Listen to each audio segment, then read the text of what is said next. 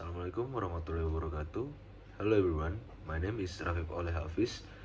I'm from class D and my student ID is E1A022144. In this moment, I will give you an explanation about a criminal law case from Group 7. But firstly, I will explain to you what is a criminal law. A criminal law is a law that are related to crime. These laws control behavior that is considered threatening, dangerous, or endangering the safety of other people. Criminal law is determined by law and made by legislator. Criminal law includes punishment and rehabilitation for people who break the law. And now, let's move on to the explanation part. For the case that had been presented by Group 7 is about a person who committed a violence against children.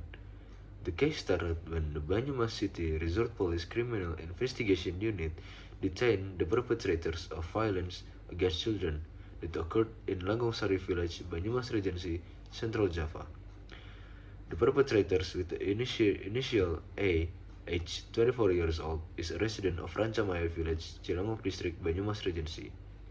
And the victim initial is KTM, age 16 years old, a resident of Cilangok District, Banyumas Regency. The case began with the perpetrator arrived at the victim house on Thursday at 5:30 p.m. and he is pretending to be looking for KTM's father. Because the victim's father was not home at that time, the perpetrators took KTM out with him to be pretending for looking for KTM's father with his work truck. However, on their way to look for KTM's father, the perpetrator took the victim to a quiet place.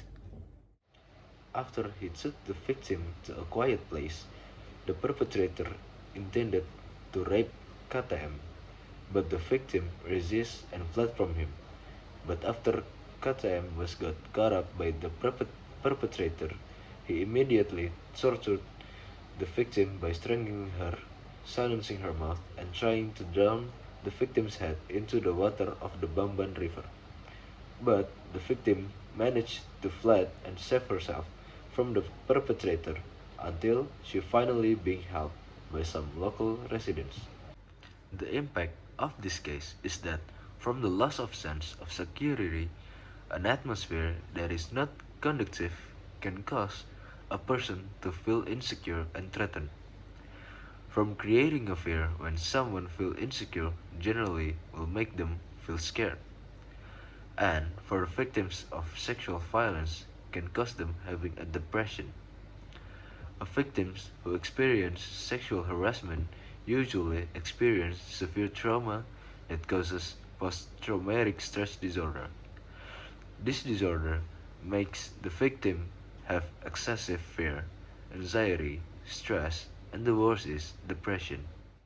And in the end, the suspect or the perpetrator was charged with Article 80 of Law Number 35 of 2014 concerning amendments to Law Number 23 of 2002 concerning child protection in conjunction with Law Number 17 of 2016 concerning stipulation of government regulation in lieu of Law Number 1 of 2016 concerning the Second Amendment to Law Number 23 of 2002 concerning child protection into law and or Article 351 of the Criminal Code.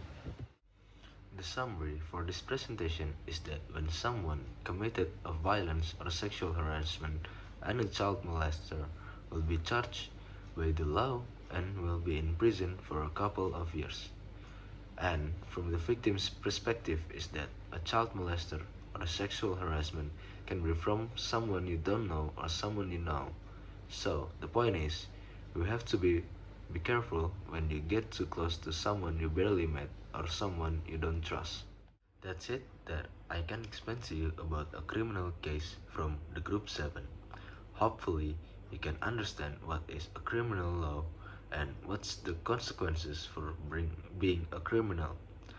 I apologize if there's any misinformation about this case or if I'm mispronouncing some of the word. Wassalamualaikum warahmatullahi wabarakatuh.